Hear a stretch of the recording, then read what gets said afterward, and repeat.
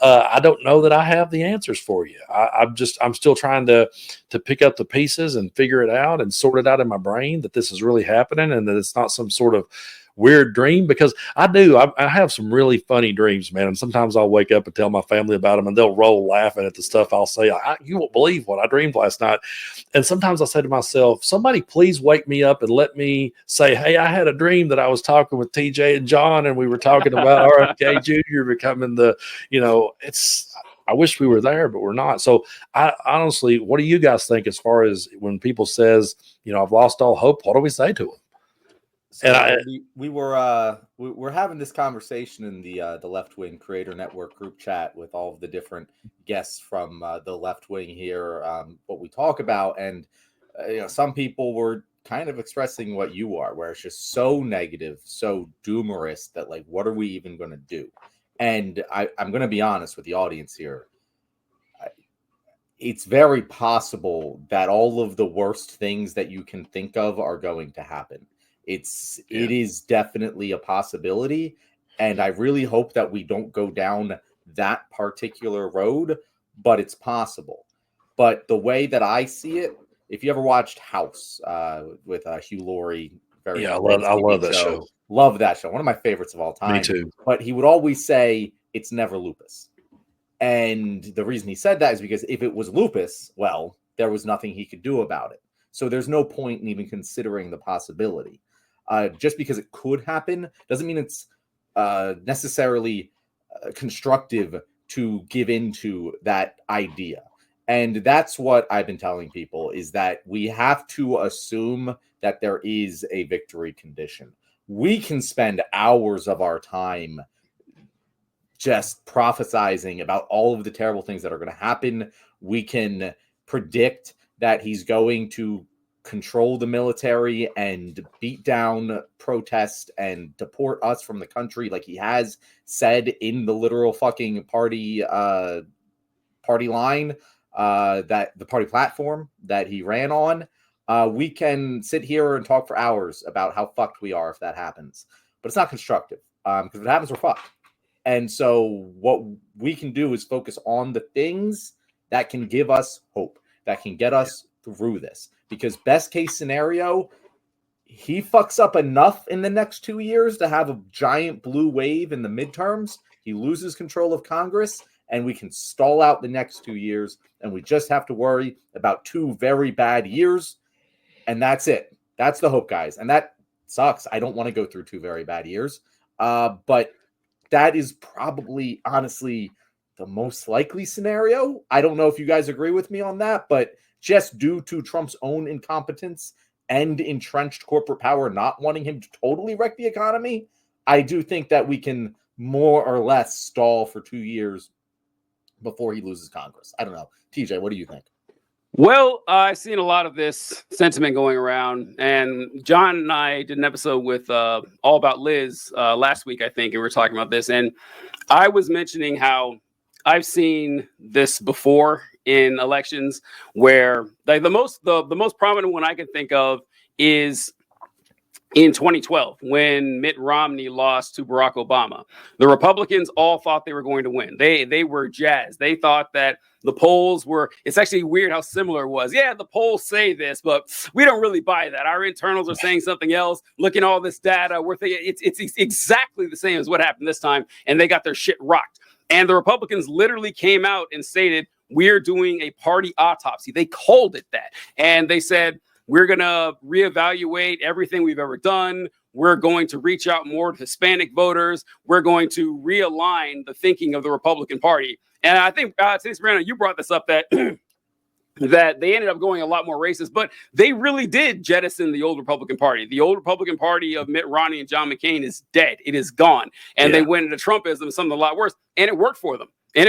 Which is like a lesson, by the way, to the Democrats, because that's really what this is going to rely a lot upon, is that trying to just be as much like a standard 1980s television politician is not going to get anywhere. And my concern is that as bad as Donald Trump is sure to fuck it up, one thing that I learned, that I learned the hard way this last year or so, is what we were all doing, I'm guilty of this as well, is pushing out all the content of, wow, look how bad Donald Trump is. Look how awful, look how stupid he is. Look how unserious he is. Look how, and not just the standard, he's a threat to democracy stuff, and we know that, but just this, like, he is like a base human being that's like has a lizard brain and all the stuff he wants to do.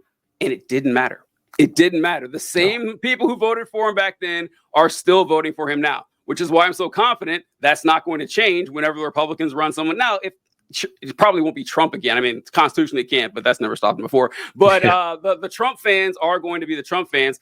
But unless the Democrats can actually put forward a message to motivate those other people, we're going to have the same situation, because Republicans are bad, and they certainly are, is clearly not enough.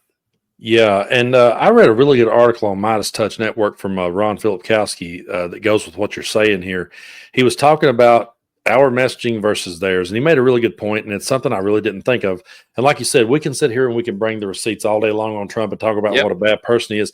Ever since the election, I've not rolled one clip of Trump in any of my videos because I'm like, at this point, what's the point? But we know what kind of person he is, and the other side don't care. But Ron brought across a great point, and that is that every week somewhere in America there is an event, like take Turning Point USA, you get Charlie Kirk. Everywhere in America there is an event where you have podcasters, you have social media influencers, you have journalists, you have politicians, and they're gathered there having they're having a meeting, and they're talking to their audience. They're engaging with that audience. They're organizing that audience. They're taking questions from that audience. And we can sit back and make fun of them all day and say, well, they're a bunch of conspiracy theorists, a bunch of racists, a bunch of all of these things. But they went out there and they did it. They got together. On the other hand, it's hard to get people on our side of the aisle to do things in groups because we're not necessarily group-minded people. We're more individual-minded people. But going forward, could it be possible that we had events where you had people on our side of the aisle with our way of thinking? You had the journalists and the podcasters and the influencers with some politicians on in the mix, and then some headliners. We have to do something different, because what's happening is we come in at the last few weeks right before an election with a politician, and we go and we're like, hey, everybody, here we are. We're ready to have this election. You know what I mean? But they've spent all this time on the ground. Every time they get in front of a microphone, they're there. They're talking. And yeah, they're wrong. I'll give it to you all day. Yeah, their ideas are wrong. Their ideas are outdated. Their ideas are racist. Their ideas are all of those things. But they're still out there engaging their people, whereas we kind of come in at the last minute and go, hey, here we are. And I go back to this point. Have you ever had like someone talking about you and just saying like ridiculous over the top stuff, and you ignored it just because you're like, oh, that's stupid, I would never do that? Well, if you sit back and let people say stuff about you enough and you never defend yourself, then people think that's what you are. So you've had all this time of them out there building this straw man of us and telling everyone that this is who we are. And we're on social media every day. Guys like us, we've built platforms just from our lawn chairs, speaking this stuff. But the DNC doesn't necessarily turn over the microphone to people like us. It's like they bring out that computerized politician at the last minute and go, here you guys go. And I just think that as we go forward, we're going to have to find ways to connect with the audience, and also to make the establishment realize that, hey, you're going to have to start listening to the people, because I really believe we had the better message. We had the better ideas. We had the better policies, but they got out there on the ground week after week and just went for it. And yeah, it was bullshit and lies every step of the way and conspiracy theories, but they doubled down on it and got over the finish line. So I think we just need to think about ways we can go about it in the future to combat that type of campaign. One of our biggest advantages, Brando, is that the other side is saying, oh, this was a landslide victory. We have a mandate to rule, when that was not the actual case. This was decided, again, like most elections have been in my lifetime, by a handful of people deciding to go out to vote or deciding not to vote. Yeah. And the margin of victory is not actually that large for the other side. And assuming that they don't consolidate power beyond the levers of democracy, which, again, is unfortunately an assumption that we have to live with, we can still win this. I'm seeing the right lessons be learned, at least by some people who are Democratic establishment mainstays. And in the same way, and I said this before on the show, when Joe Biden went up on that debate stage and just nosedived, we had been saying for over a year at that point, yo, Joe Biden shouldn't be running in this race. It turns out it was too late for him, for us at that point, I think, for him to step down. But after that debate, I remember Tapper on CNN was like, hey, guys, I think he might need to step down.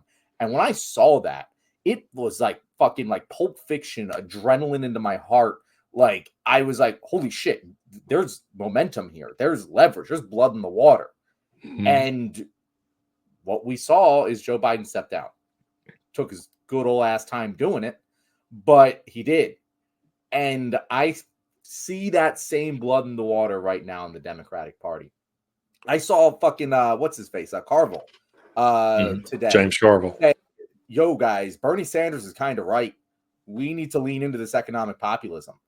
Mm-hmm. James Carville, you know, as much as a crazy motherfucker as he is, he does have strings to pull in the Democratic Party. There is a chance to tear down the establishment DNC that we have been cursed with for my entire adult fucking life and build something new from it, in the same way TJ said that the Republicans tore down the old establishment of the GOP and out arose Trumpism. Well, here's the nice thing.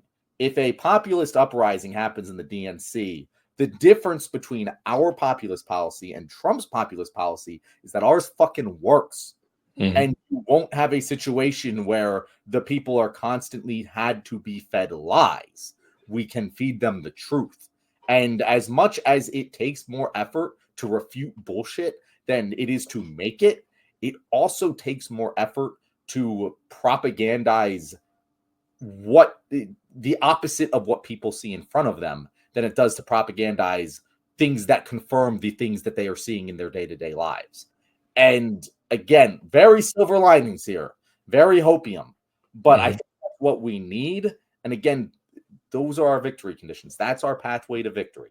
And I do think that we can do that. And part of it is us people coming together and creating that institution. That's what I was saying. Organization on the left. And it's not just us, because honestly, I'm never going to break through with my content to the kinds of people, most of the people who voted for Trump. But what we can do is we can break through to Joe Rogan. Joe Rogan voted for fucking Bernie Sanders. He did. Now, Joe Rogan doesn't actually like Trump. If you can flip the Joe Rogans of the world onto a Bernie populist economic policy bandwagon, suddenly a lot of those low information voters that voted for Trump, we like to think that like they're just Trump to the death. They're not. There's like a 33% of them that are, and they'll never change. But a lot of them just kind of go the way the wind blows. And if we get those, centrist is not the right word, but those not MAGA to the death voices that influence people onto our side by a coordinated effort to get on their platforms, get in front of their people and speak to them. And it's going to take organization from the DNC and the left in general. Yeah. But it can happen. I don't know. TJ, am I just fucking high on the hopium here? Yes. No, but no, I'm kidding. No, so there we go. That's our show, guys. Thank you very much. That's what we're here for. Abandon all hope, ye winter here. This is no. So what I wanted to talk about with this is, I think you guys are right, and I wanted to add another dimension to this. But I first want to talk about James Carville. Now, for all of you out there south of 60 years old, you probably may not know who James Carville is, but he was a high-level Democratic operative during the Clinton era.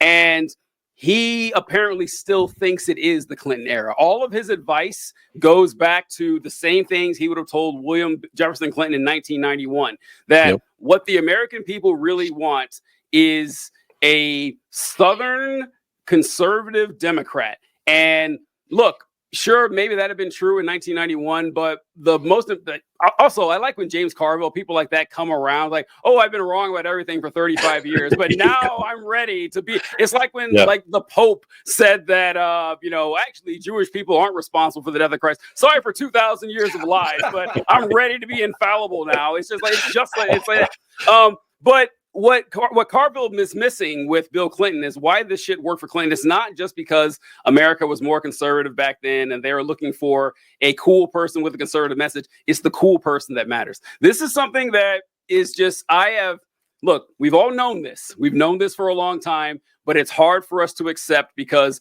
we do think more highly of people than we probably should, or more highly of their engagement than we probably should. And I wanted to share this real quick. I'm sure you guys have heard this watching, but it's not gonna be news. But basically, the more you watch and followed news and the more you knew about politics, the less likely you were to vote for Donald Trump, or the more likely you were to vote for Kamala Harris. And of course, there was an inverse relationship with Trump, that if you, like on the very bottom there, they paid no attention at all to politics or news, 51% of them would have voted for Trump automatically. It's like, these folks aren't voting for Trump because Trump has this great vision he wants to share with people. It's because he's fun. It's because they find him to be interesting and charismatic. Right. Thank you very much for coming and watching The Left Wing today. If you were one of our over 1,000 live viewers, we very much appreciate you. And again, cannot stress this enough. Hit that subscribe button. And Absolutely. If you're one of our hopefully maybe hundreds of viewers who are watching this clip on YouTube later, also hit that subscribe button. And if you want to know where to find Brando, well, you probably already do because he brought you here. But Brando, for the rest of them, tell us where they can find you. Well, I'm Tennessee Brando on YouTube and on most platforms. On Instagram and TikTok, I'm TN_Brando. So you can find me out there. But guys, I really appreciate you having me on, and everybody go over and subscribe to the Left Wing Pod. I was glad that we was able to run this show on both channels and bring our audiences together. You're two of my favorite voices, and it's just always a pleasure to sit down and talk with you. I just like to sit back and be in a different seat. You know, it's like a lot of times I'm the one doing it. I interviewed TJ last week, and it's like now I just like to sit back and have the conversation. And I've saw a lot of people in the comments. Someone said they love the collaboration. So I'm glad we made it happen. And everybody go over and subscribe to the Left Wing Pod. And let's keep having these kind of conversations. And let's learn how to laugh. Let's do it. Let's do it. Thanks so much, Tennessee Brando. Folks, really appreciate you watching the show. It's been great. It's been fun. It felt kind of odd because I feel like we were on his show more than he was on ours. But look, it's great. It's first time everything. So thanks a lot. We'll catch you guys later. Thank you. All right.